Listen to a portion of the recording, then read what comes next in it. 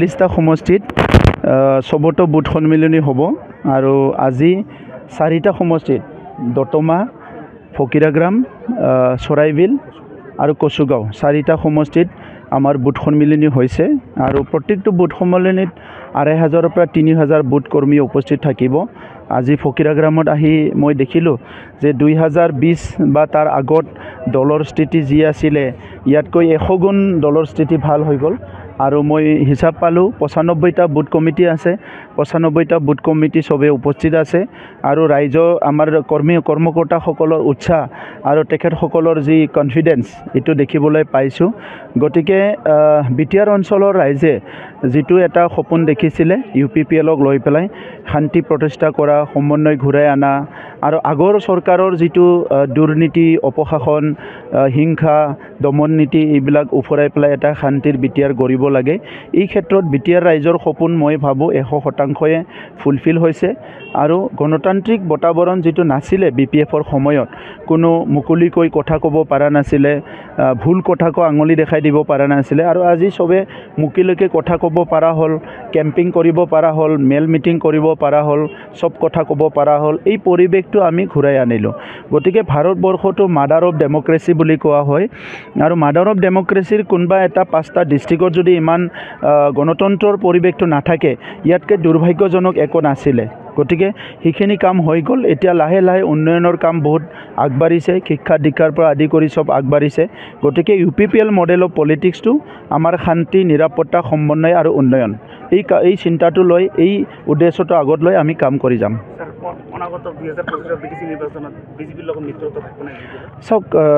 এই কথাবিলাক আলোচনা চলি আছে আজিয়ে ক'ব নোৱাৰে যে মিত্ৰতা থাকিব মিত্ৰতা নাথাকে আৰু ইয়াৰ কাৰণে বহুত কথা চলি থাকে election code of conduct declare কৰা আগলৈকে বা ইলেকশ্যনত ভোট দিয়াৰ আগলৈকে এই কথাবিলাক চলি থাকে। গতিকে এই কথাবিলাক চলি থাকিব কেন্দ্ৰত আমাৰ চৰকাৰ আছে ৰাজ্যত আমাৰ চৰকাৰ আছে মুখ্যমন্ত্ৰী ডাঙৰীয়া সুন্দৰকৈ কাম কৰি আছে দলীয়ভাৱে আমি কাম কৰি আছো BJPও নিজৰ কাম কৰি আছে। গতিকে অনাগত দিনত লাহে লাহেকৈ আমাৰ যেটো নিৰ্বাচনী প্ৰক্ৰিয়া এটো আগবাঢ়ি যোৱাৰ লগে লগে এই কথাবিলাক লাহে লাহে স্পষ্ট হ'ব। 6.3 দফাটো সবচে কমপ্লিকেটেড বহুত সহজ আছিলে কলেজ এই কাৰণে 10খন কলেজ প্ৰভিন্সিয়েলাইজ কৰা হ'ল মুখ্যমন্ত্ৰী ডাঙৰীয়াৰ লগত আলোচনা কৰি নিখিল বড়ো ছাত্ৰ সন্থা বড়ো সাহিত্য সভা BTR গভৰ্ণমেণ্ট আমি সবে 6.3 দফাটো ইমপ্লিমেন্ট কৰাৰ কাৰণে এটা মডেলিটি তৈয়াৰ কৰিছে আৰু তাত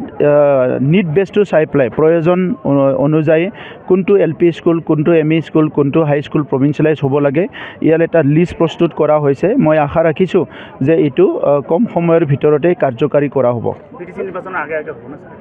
মই আশা ৰাখিছোঁ কাৰণ ভাৰতৰ গৃহমন্ত্ৰী ডাঙৰীয়াই কৈছে যে 2026ৰ ভিতৰতে BTR একৰ্ডৰ সব দফা ইমপ্লিমেন্ট হ'ব লাগে এই হিচাপে মুখ্যমন্ত্ৰী ডাঙৰীয়াও ইয়াৰ ওপৰত খুব সিনচিয়াৰলি কাম কৰি আছে আৰু তেখেতে বিচাৰে যে এইটো 100% ইমপ্লিমেন্ট হওক। এই কাৰণে মই ভাবিছোঁ 6.3 দফাত যিখিনি বাকি আছে হিটো লাহেকৈ ইমপ্লিমেন্ট হ'ব। স্যাৰ কিছুমান ভাৰতীয় নাগৰিকক বাংলাদেশীৰ নাম কিবা অপবাদ দিয়া চাওক হিটো কেন্দ্ৰীয় চৰকাৰ ৰাজ্য চৰকাৰৰ বিষয় হোম ডিপাৰ্টমেণ্টটো আমাৰ তাত নাই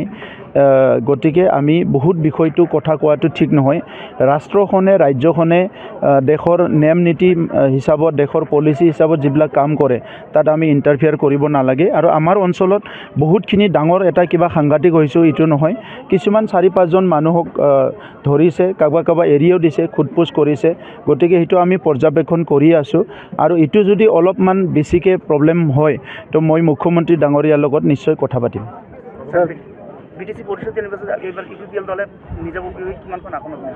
মই অলপ আগতে ভাষণতো ক'লো যে 40টা সমষ্টিত আমাৰ কাম চলি আছে 445টা প্ৰাইমাৰীত কাম চলি আছে আৰু 3200টা বুথত কাম চলি আছে। আমি চাই আছো আমাৰ সমষ্টি কেনেকৈ আমাৰ কাৰ্যকৰ্তাই কাম কৰি আছে তো এতিয়ালৈকেতো সব ভাল গতিকে এটা সময় আহিব যত আমি ঠিক কৰিম যে আমাৰ ইমানখিনি সিটত আমাৰ ক্যান্ডিডেট থাকিব বা ইমানখিনি খেলিম এতিয়ালৈকে 40টা সমষ্টিতে ধুনীয়াকৈ কাম চলি আছে।